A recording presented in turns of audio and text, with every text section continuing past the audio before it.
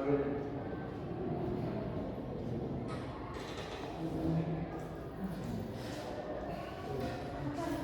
warahmatullahi wabarakatuh. Waalaikumsalam warahmatullahi wabarakatuh. Selamat siang anak-anak Bapak sekalian. Selamat. Bagaimana kabarnya anak-anak Bapak sekalian? Alhamdulillah. Sehat. Apakah ada yang tidak aktif pada hari ini? Budi, Pak, Budi. Apa kabarnya? Budi Tabrak. Kemudian sehat sehat ya. Baiklah.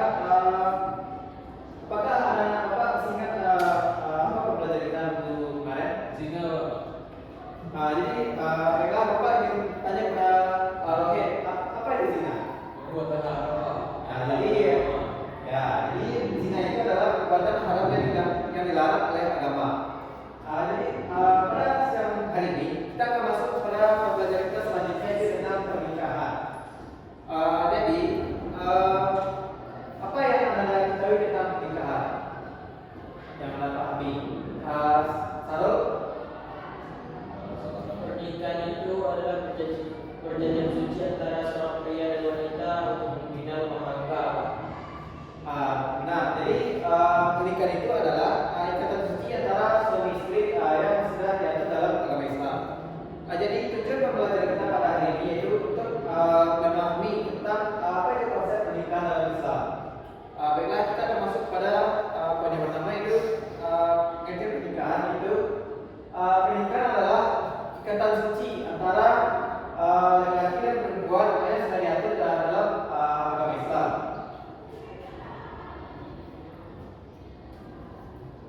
Selanjutnya yaitu tujuan pernikahan dalam Islam. Tujuan pernikahan dalam Islam yang pertama itu ibadah. Pernikahan itu juga menilai ibadah yang bisa mendekatkan diri kita kepada Allah.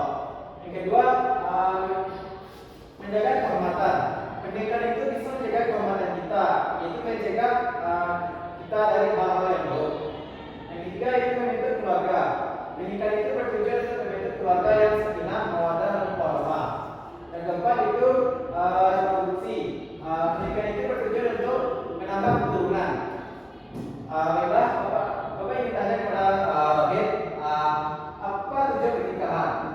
Ada faktor pertama ibadah, lalu menjaga kehormatan, lalu membentuk keluarga, lalu untuk memiliki keturunan yang cantik-cantik tingkat semua. Ya, betul ya. Kita lihat terus pada Rohit. Selanjutnya kita masuk kepada rukun dan syarat pernikahan dalam Islam. Yang pertama itu adanya calon mempelai laki-laki dan perempuan. Yang kedua yaitu mahar. Mahar ini adalah pemberian dari laki-laki kepada pihak perempuan.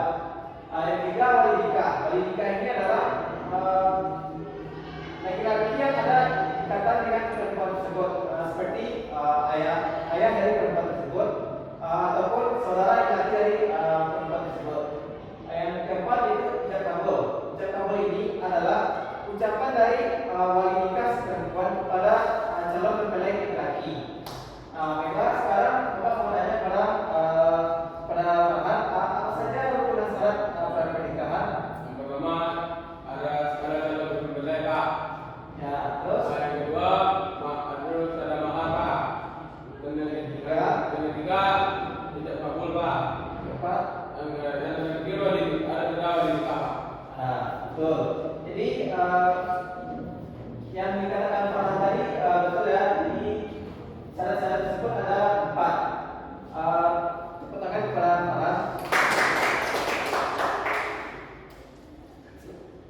Selanjutnya kita masuk pada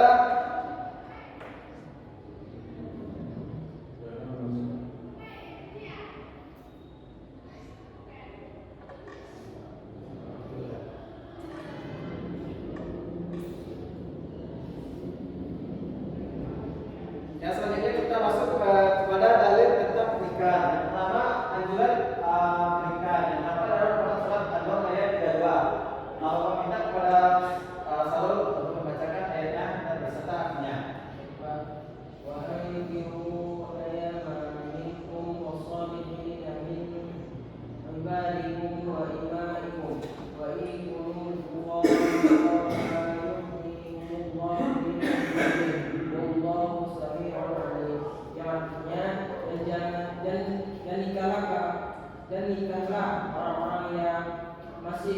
bujang di antara kamu, dan juga orang-orang yang layak menikah dari hamba-hamba sahayamu yang laki-laki dan perempuan. Jika mereka miskin, Allah akan memberi kemampuan kepada mereka dengan karunia-Nya, dan Allah Maha luas pemberiannya dan Maha mengetahui. Baiklah, jadi di dalam Quran surat An-Nahl ayat kedua sudah dijelaskan oleh Allah bahwa Allah menganjurkan untuk sikat bujang laki-laki dan perempuan yang belum nikah untuk menikah, bukan terhindar dari hal-hal yang tidak diinginkan atau terhindar dari perbuatan zina.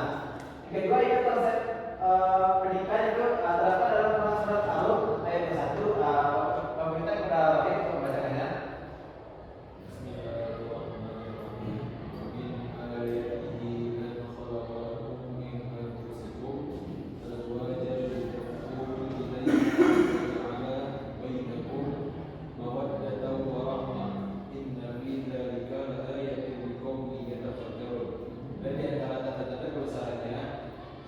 Dia menciptakan pasangan-pasangan dari jenismu sendiri agar kamu cenderung berrasa tenteram kepadanya, dan dia menjadikan di antaramu rasa kasih dan sayang. Sungguh pada yang demikian itu benar-benar terdapat tanda-tanda kebesaran Allah bagi kaum yang berpikir. Baiklah, jadi konsep pernikahan sudah terdapat dalam Al-Quran surat Al-Rum ayat 21, yaitu nikah tidak hanya menyatukan dua pasangan,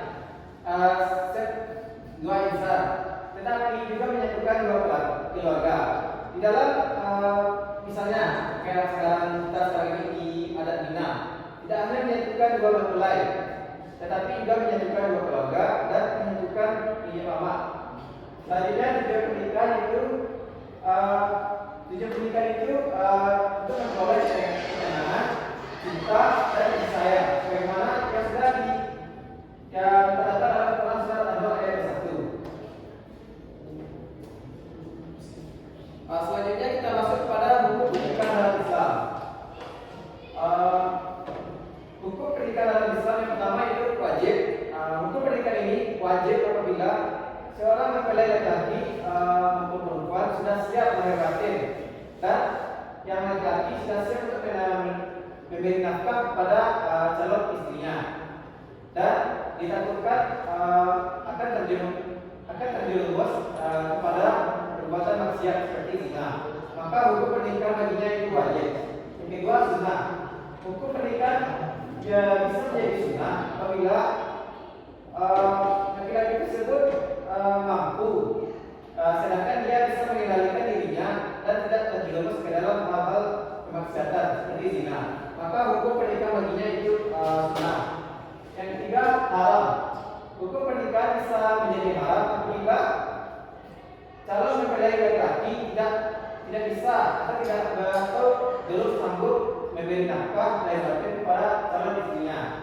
Baiklah, sekarang Bapak ingin bertanya kepada Sarul, apa saja hukum pernikahan dalam Islam? Hukum pernikahan dalam Islam itu ada 3, Pak: wajib, sunnah, dan haram. Benar. Silakan untuk Sarul. Kita masuk pada poin selanjutnya, itu tentang hak dan kewajiban suami istri.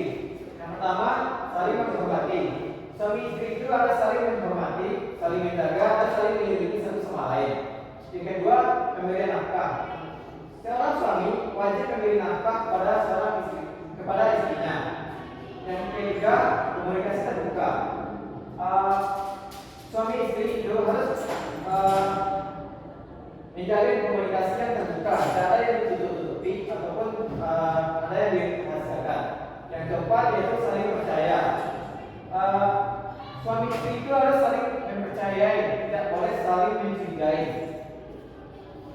Dan saling percaya itu adalah kunci keharmonisan rumah tangga. Baiklah, Bapak ingin bertanya kepada Farhan, apa saja hak dan kewajiban suami istri? Pertama, saling menghormati, Pak. Yang kedua, pemberian nafkah, dan yang ketiga, komunikasi terbuka, dan yang ketiga saling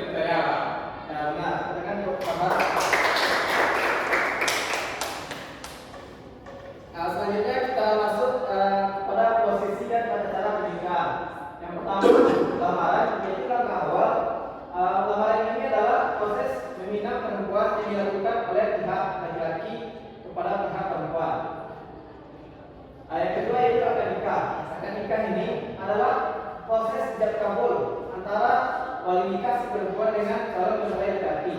Yang ketiga yaitu resepsi. Resepsi nikah ini dilaksanakan secara akad nikah. Tujuannya itu untuk memberikan kepada ramai kalau orang ini sudah melakukan pernikahan. Baiklah, Bapak ingin tanya kepada Rohit, apa saja prosesi dan tata cara pernikahan? Yang pertama kalau menikah, terus selanjutnya ada resepsi. Benar, pertanyaan untuk Rohit. Nah, selanjutnya yaitu poin terakhir itu hikmah dan manfaat pernikahan. Yang pertama itu manfaat spiritual, yaitu pernikahan itu untuk meningkatkan ketaatan dan keimanan kita kepada Allah. Pernikahan ini adalah ibadah yang panjang. Yang kedua itu psikologis. Pernikahan ini dapat memberikan ketenangan, kasih sayang dan kepuasan batin. Yang ketiga yaitu sosial, yaitu pernikahan membentuk unit keluarga dan menjadi fondasi masyarakat. Yang keempat yaitu pernikahan memungkinkan pasangan untuk memiliki keturunan. Jadi pernikahan itu adalah tujuannya untuk menambah jumlah keturunan dan membentuk keluarga baru. Baiklah, dari pembelajaran kita pada hari ini, apakah anak-anak Bapak semua paham dengan pembelajaran kita pada hari ini? Paham, Pak. Apakah ada yang ingin ditanyakan? Tidak, Pak. Baiklah, mungkin hanya itu yang dapat hanya itu pembelajaran kita pada hari ini. Terlebih dan terkurangnya, Bapak ucapkan mohon maaf. Kita akhiri pembelajaran kita dengan membacakan alhamdulillah. Alhamdulillah.